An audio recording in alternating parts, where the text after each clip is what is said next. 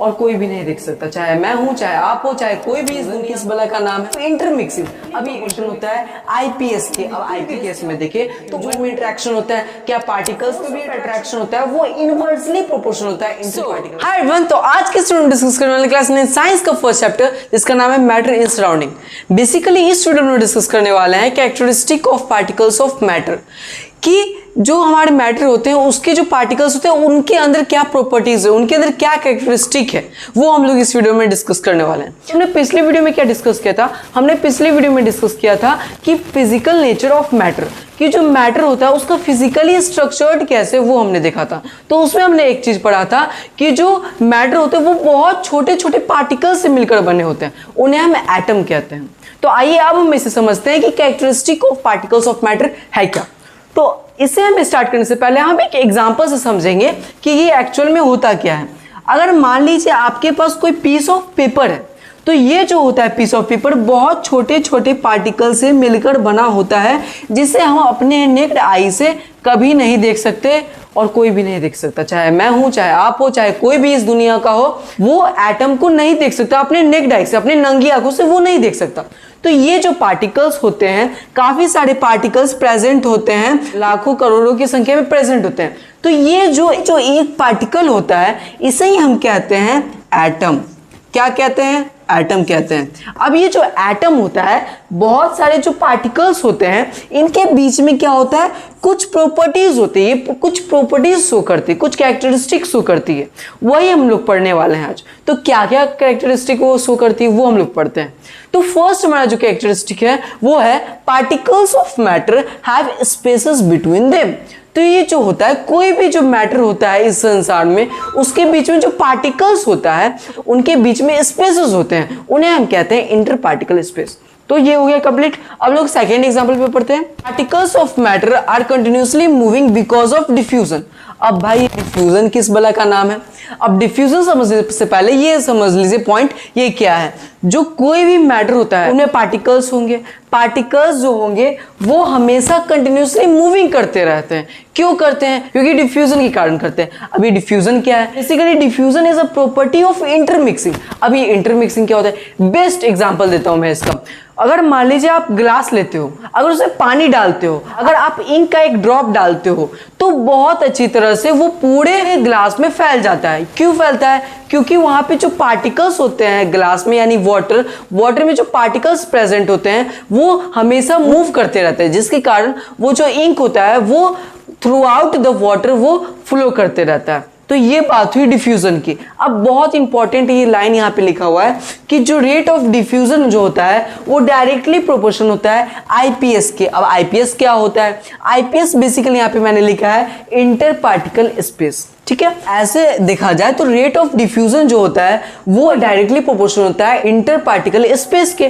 तो अगर देखा जाए जो सॉलिड होता है वो टाइटली पैक्ड होता है, वो टाइटली पैक्ड होता है, यानी क्या? इसका मतलब क्या है? ये जो टाइटली पैक्ड पार्टिकल है, जो अगर ये मान लीजिए अगर कोई ये सॉलिड है, अगर ये कोई सॉलिड है और इनका अगर हम पार्टिकल स्ट्रक्चर देखें तो यहाँ पे एकदम टाइटली पैक्ड है, एकदम टाइटली पैक्ड है।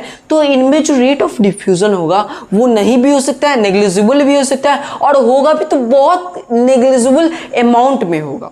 वहीं अगर हम लिक्विड के केस में देखें तो जो उनके बीच दो पार्टिकल के बीच में जो स्पेस है वो ज्यादा है एज कंपेयर टू सॉलिड, तो उनमें जो रेट ऑफ डिफ्यूजन होगा वो ज्यादा होगा एज कंपेयर टू सॉलिड। वहीं अगर हम गैस की बात कर ले, अगर हमारे एटमॉस्फेयर में ऑक्सीजन है तो इन सारे के बीच में काफी ज्यादा स्पेस होता है।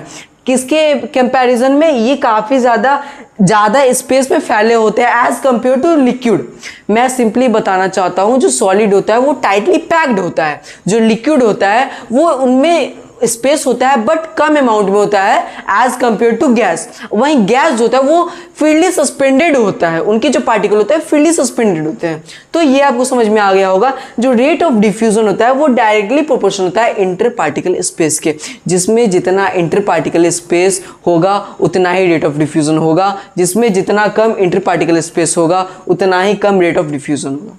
ठीक है। अब हम लोग थर्ड पॉइंट यहाँ पे देखते हैं, जो पार्टिकल ऑफ मैटर होते हैं have tendency to attract each other. अब इसका मतलब क्या है? अब आप सुनोगे कि ह्यूमन में इंटरेक्शन होता है, क्या पार्टिकल्स में भी अट्रैक्शन होता है? तो जी हाँ, जो अगर मान लीजिए अगर कोई हम मैटर लेते हैं और इनमें जो पार्टिकल्स है तो इनके बीच में स्पेसेस होगा, इनके बीच में से स्पेसेस होगा। अब ये जो पार्टिकल है ये एक दोनों को अट्रैक्ट करेगा, अट्रैक्टिव फोर्स होता है, इसे हम कहते हैं force of inter particle space. तो ये बात हुई particles of matter have tendency to attract each other. अब इसमें भी इंपॉर्टेंट एक लाइन आता है, जो फोर्स ऑफ अट्रैक्शन होता है वो इनवर्सली प्रोपोर्शनल होता है इंटर पार्टिकल स्पेस। इसका मतलब क्या है?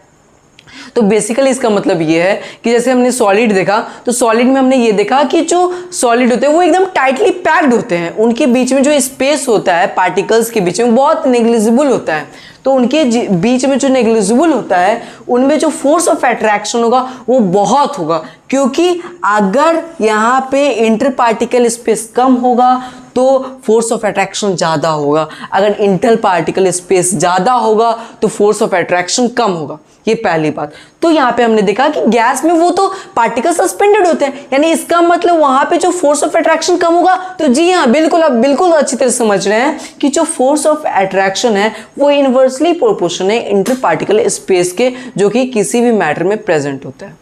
ये बात हुई थर्ड पॉइंट की, जो कि फोर्स ऑफ अट्रैक्शन से डील करता है। सेकंड पॉइंट डील करता है हमारे जो रेट ऑफ डिफ्यूजन, और जो फर्स्ट पॉइंट है वो स्पेस के बारे में डिस्कस करता है। तो हमने फर्स्ट पॉइंट में क्या डिस्कस किया? हमने फर्स्ट पॉइंट में डिस्कस किया कि जो पार्टिकल्स होते हैं मैटर में उनमें स्पेस होता है। सेकंड में हमने डिस्कस किया हमने सेकंड में डिस्कस किया जो पार्टिकल्स ऑफ मैटर जो होते हैं वो कंटिन्यूसली मूव करते रहते हैं। क्यों मूव करते हैं भाई? क्योंकि डिफ्यूजन के कारण करते हैं। अब डिफ्यूजन क्या है? वो बेसिकली प्रॉपर्टी है, it is a basically property of intermixing, that's it, nothing else. अब हमने थर्ड में पढ़ा कि फोर्स ऑफ अट्रैक्शन के बारे में, जिसमें जितना इंटर पार्टिकल स्पेस होगा उतना ही कम फोर्स ऑफ अट्रैक्शन होगा, और जिसमें जितना ही कम इंटर पार्टिकल स्पेस होगा उसमें उतना ही फोर्स ऑफ अट्रैक्शन ज्यादा होगा। और इसमें डायरेक्टली प्रोपोर्शन होता है और इसमें इनवर्सली प्रोपोर्शन होता है। ठीक है, तो ये रही इस वीडियो में। अब हम लोग नेक्स्ट वीडियो में पढ़ने वाले हैं सॉलिड, लिक्विड और गैस में क्या डिफरेंस होती है, वो हम लोग नेक्स्ट वीडियो में पढ़ने वाले हैं।